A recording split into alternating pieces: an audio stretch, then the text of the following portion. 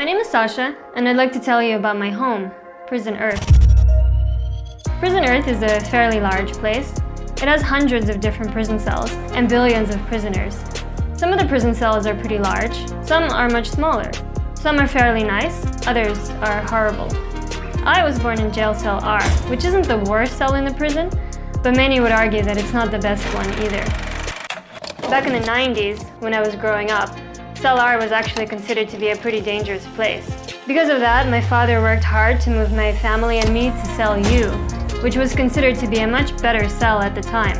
But it wasn't easy to make the move from Cell R to Cell U, or to go anywhere, in fact. You can't just move freely from one prison cell to another. All prison cells have very strict rules about who can enter and exit each cell and for how long. The walls between each prison cell are strictly patrolled by guards, and it's almost impossible to leave your own cell without granted permission.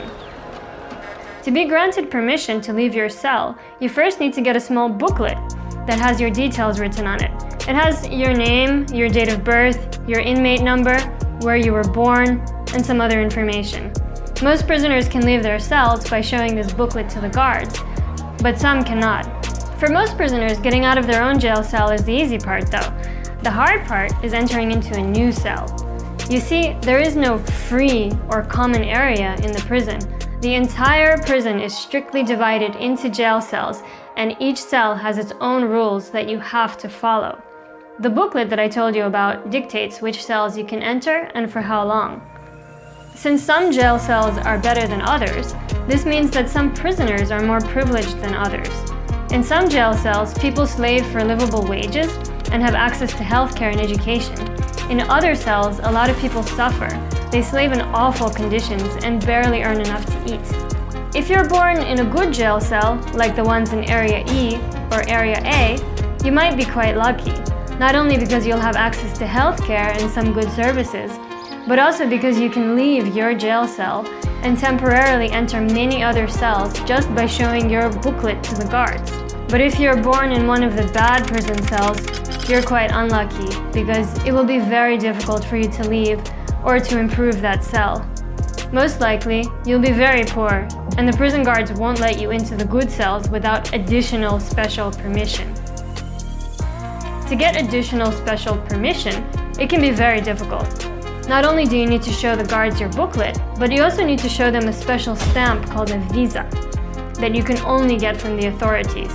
To get this stamp, you either have to have a lot of money or you have to sign into a contract to be a devoted slave for a company in the good jail cell.